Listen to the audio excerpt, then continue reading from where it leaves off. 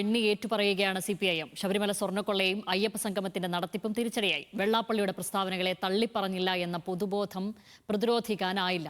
പയ്യന്നൂർ, തളിപ്പറമ്പ് മണ്ഡലങ്ങളിലെ സ്ഥാനാർത്ഥി നിർണയം പാളി എന്നിങ്ങനെ തുടരുന്നു CPIMന്റെ സ്വയം വിമർശനം. അതേസമയം നേതൃമാറ്റ ആവശ്യം വെട്ടിമാറ്റിയ റിപ്പോർട്ടാണ് സംസ്ഥാന സമിതിയിൽ അവതരിപ്പിച്ചത് എന്ന വിമർശനവും ഉയരുന്നുണ്ട്. ഇങ്ങനെയുള്ളൊരു പരാജയം ഇടതുപക്ഷ ജനാധിപത്യ മുന്നണിക്ക് കേരളത്തിൽ ഉണ്ടാവുമെന്നും മുൻകൂട്ടി മനസ്സിലാക്കാൻ സംസ്ഥാന കമ്മിറ്റിക്ക് കഴിഞ്ഞിട്ടില്ല എന്ന സ്വയം വിമർശനം ഞങ്ങൾ അംഗീകരിച്ചു. സംസ്ഥാന സമിതിക്ക് ശേഷം AKG സെന്ററിൽ നടക്കാറുള്ള പതിവ് വാർത്താ സമ്മേളനങ്ങളുടെ ഭാഷയിലും ശൈലിയിലുമായിരുന്നില്ല ഇന്ന് പാർട്ടി സംസ്ഥാന സെക്രട്ടറി MV ഗോവിന്ദൻ. തെരഞ്ഞെടുപ്പ് പരാജയം അവലോകനം ചെയ്ത റിപ്പോർട്ട് വിശകലനം ചെയ്ത സംസ്ഥാന സമിതിക്ക് ശേഷം പാർട്ടിക്ക് പറ്റിയ തെറ്റുകൾ ഏറ്റുപറയുകയാണ് സെക്രട്ടറി. UPയുടെ മുഖ്യമന്ത്രി യോഗി ആദിത്യനാഥിന്റെ സന്ദേശം വലിയ രീതിയിലുള്ള ചർച്ചയ്ക്ക് ഇട നൽകിയ രീതിയിൽ ആ സന്ദേശം അവിടെ വായിച്ചു എന്നത് ശരിയായിരുന്നില്ല എന്ന നിലപാടാണ് ഞങ്ങൾ സ്വീകരിക്കുന്നത്. 40,000-ഓളം ഘടകങ്ങളിൽ നിന്നായി ലക്ഷക്കണക്കിന് പ്രവർത്തകരുടെ അഭിപ്രായം കേട്ട ശേഷമാണ് അവലോകന റിപ്പോർട്ട് തയ്യാറാക്കിയത്. ആദ്യം സംസ്ഥാന സെക്രട്ടേറിയറ്റിലും ശേഷം 2 ദിവസമായി ചേർന്ന സംസ്ഥാന കമ്മിറ്റിയും വിശദമായി വിശകലനം ചെയ്തു. പയ്യന്നൂർ, തളിപ്പറമ്പ് മണ്ഡലങ്ങളിലെ സ്ഥാനാർത്ഥി നിർണയം പാളി. അയ്യപ്പ സംഗമം സംഘടിപ്പിച്ചത് സർക്കാരാണെന്ന പ്രചാരണം പ്രതിരോധിക്കാനായില്ല. യോഗി ആദിത്യനാഥിന്റെ പ്രസ്താവന അയ്യപ്പ സംഗമത്തിൽ വായിച്ചത് തെറ്റായിപ്പോയി. വെള്ളാപ്പള്ളിയുടെ പ്രസ്താവനകളെ തള്ളിപ്പറഞ്ഞില്ലെന്ന പൊതുബോധം പ്രതിരോധിക്കാൻ പറ്റിയില്ല. സംസ്ഥാന സെക്രട്ടറി ഏറ്റുപറയുന്നു.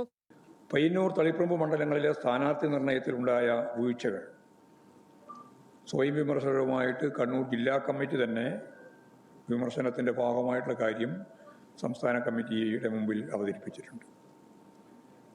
ആ സ്വയം വിമർശനപരമായ കാര്യം സംസ്ഥാന കമ്മിറ്റിയും അംഗീകരിക്കുകയാണ്. ശബരിമല സ്വർണ്ണക്കൊള്ളക്കേസിൽ പ്രതിയായ പത്മകുമാറിനെ ആദ്യം മുതലേ മാറ്റി നിർത്തിയിരുന്നു. പക്ഷേ ആരോപണം വന്ന ഉടനെ നടപടിയെടുത്തില്ല എന്ന പ്രചാരണം തെരഞ്ഞെടുപ്പിൽ തിരിച്ചടിയായി. തോൽവിക്ക് കാരണം മുസ്ലിം ഏകീകരണമെന്ന ആഖ്യാനത്തിന് പാർട്ടിയില്ല. ഇടത് സർക്കാരിന്റെ നേട്ടങ്ങൾ ജനങ്ങളിൽ എത്തിക്കുന്നതിൽ പാർട്ടിയുടെ സംഘടനാ സംവിധാനത്തിന് പോരായ്മയുണ്ടായി. മാധ്യമങ്ങളുടെ കള്ളപ്രചാര വേലയെ പ്രതിരോധിക്കാനും സാധിച്ചില്ല. വലതുപക്ഷ സ്വാധീനം കേരളത്തിന്റെ ചിന്താമണ്ഡലത്തിൽ വ്യാപിച്ചു. അങ്ങനെ പല നിലയിൽ തലങ്ങളിൽ പാർട്ടിക്ക് പാളിച്ചു പറ്റി.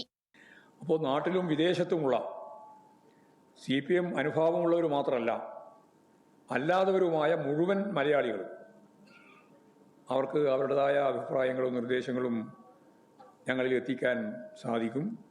അതെല്ലാം ഞങ്ങൾ പരിഗണിക്കും. തെറ്റുതിരുത്തൽ പ്രക്രിയയുടെ ഭാഗമായി ഇനി പാർട്ടി പൊതുജനാഭിപ്രായം ശേഖരിക്കുകയാണ്. പ്രവർത്തകരുടെയും അനുഭാവികളുടെയും മാത്രമല്ല, എല്ലാ വിഭാഗം ജനങ്ങളുടെ അഭിപ്രായവും വിമർശനവും പാർട്ടി കേൾക്കും.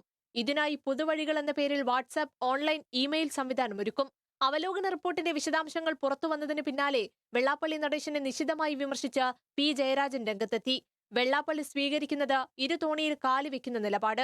വെള്ളാപ്പള്ളി നവോത്ഥാന സമിതിയുടെ തലപ്പത്ത് നിൽക്കുമ്പോൾ മകൻ സംഘപരിവാറിനെ ചേർത്ത് നിർത്തുന്നു. ആ നടേശൻ ചെയ്യുന്ന ഒരു കൃത്യം നമ്മൾ ചരിത്രത്തിലൂടെ നോക്കുന്ന അവസരത്തിൽ യഥാർത്ഥത്തിൽ അദ്ദേഹം 2 തോണിയിൽ കാല് വെച്ചുകൊണ്ടുള്ള നിലപാടാണ് സ്വീകരിക്കുന്നത്. അല്ലേ? ഇങ്ങനെയാ 2 തോണിയിൽ കാല് വെക്കുന്നത്?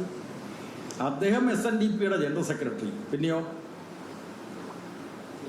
നവോത്ഥാന സമിതിയുടെ, കേരളത്തിലെ അന്നത്തെ ഗവൺമെന്റ് രൂപീകരിച്ച നവോത്ഥാന സമിതിയുടെ നായകസ്ഥാനത്ത് വരിക. പിന്നെയോ മകനെ BDSന്റെ ജനറൽ സെക്രട്ടറി ആക്കുക. ആ BDS ആരുടെ കൂടിയ സംഘപരിവാർ ശക്തികൾക്കൊപ്പം. ഇതിനിടെ CPIM സംസ്ഥാന സമിതിയിൽ അവതരിപ്പിച്ചത് നേതൃമാറ്റ ആവശ്യം വെട്ടിമാറ്റിയ റിപ്പോർട്ടാണെന്ന വിമർശനവും ഉയരുന്നുണ്ട്.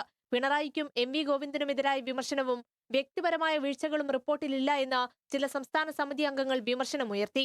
ആവശ്യമായി തിരുത്തൽ വരുത്താമെന്ന് സംസ്ഥാന സെക്രട്ടറി സംസ്ഥാന സമിതി അംഗങ്ങൾക്ക് ഉറപ്പ് നൽകിയതായാണ് വിവരം. വർത്തമാനകാലത്തിന്റെ സവിശേഷതകൾ കൂടി കണക്കിലെടുത്ത് എങ്ങനെ മുന്നോട്ടു പോകാമെന്നുള്ള കൂട്ടായ ചർച്ച തുടരുമെന്ന് MV ഗോവിന്ദൻ വ്യക്തമാക്കുന്നു. ന്യൂസ് മലയാളം, തിരുവനന്തപുരം.